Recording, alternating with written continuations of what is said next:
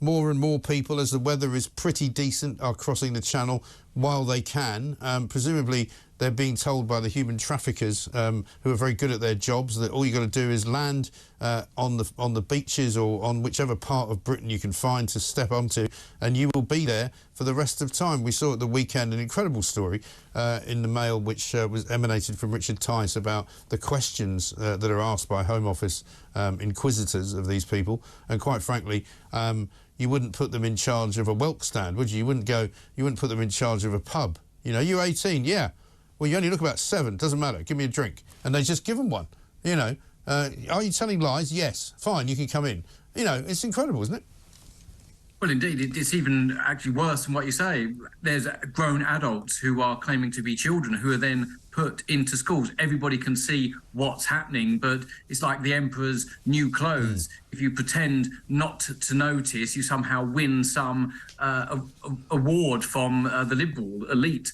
That's what's sort of going on. And also, as you mentioned, all you have to do is get to the shores of the UK. Well, not even that. Or you can remain in French waters and be picked up by the British authorities or the RNLI, and they will take you from French territorial waters in some instances all the way to the UK. The people smugglers in many cases are our own institutions. And of course, you know, there is a problem with the Home Office. There are issues to do with even when a person will have their asylum application considered, the Home Office can't manage to get their lawyers to the hearing, so that they just naturally awarded the asylum because it's unchallenged. The incompetence is manifest and manifold throughout the whole organisation of the Home Office. And this has been the case for many, many years. We can think back to the time of John Reid, the Labour Home Secretary, who described the Home Office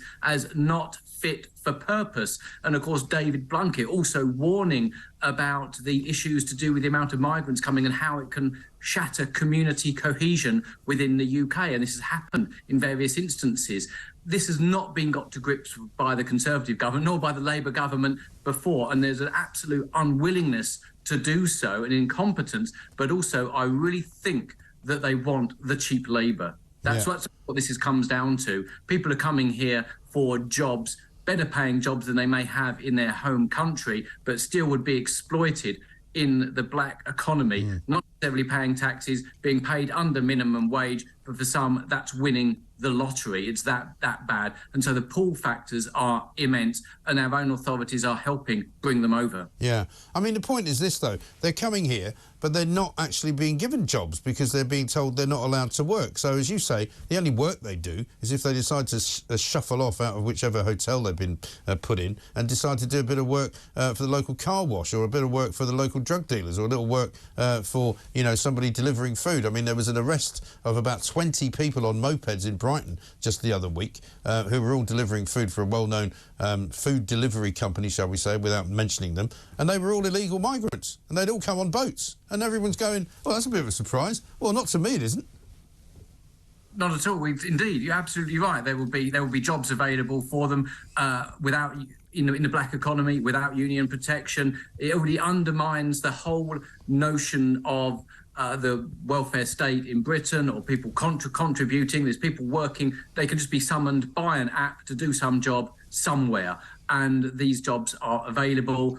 And we see the amount of impact it has on people who are already in the UK, and how their wages are being pushed down by people who will just turn up for work and work in any conditions. No doubt they'll work very, very hard. That's why they've come here after all.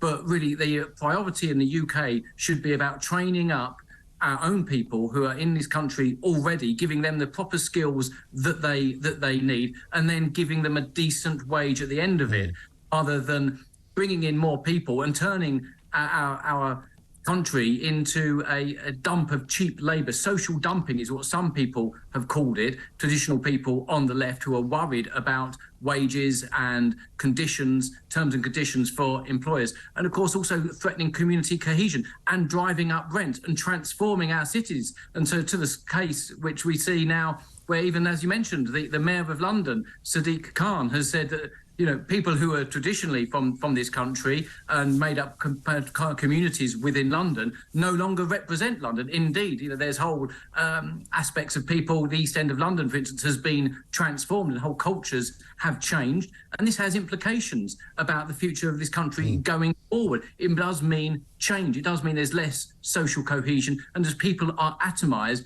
and don't necessarily have a sense of well-being within this country. There's different groups living in parts of London within lagers, for instance, that don't necessarily have good links with neighbouring communities. And this is something we need to consider and we need to be very careful of, because of course we have a very good thing within the UK. We are indeed the least racist country in Europe. There's evidence to suggest that. Of course, there's always going to be problems. We have good opportunities for people. It's a very welcoming country, very open-minded, but we've done our bit, surely, when we've taken in millions, literally millions of migrants from Eastern Europe who've come here to work, better lives, get away from the problems that exist within the Eurozone. That's understandable. But if we can't take in any more, England itself, Britain is slightly different because, of course, there's areas of Scotland and Wales which are less densely populated, but England is the most densely populated major country on earth. And this is having an impact in terms of housing, in terms of the rents people pay, in terms of house prices, people not being able to get on the housing ladder, even get council housing. This is all incredibly difficult now, and it's difficult in some cases to go and see a doctor. It's very difficult to go and see a dentist. Virtually impossible for an NHS dentist. In some parts of England, it's nearly impossible to get your children into a school. This all needs to be considered, and we've done our bit. We've been open to the rest of the world for far too long, and it needs to stop.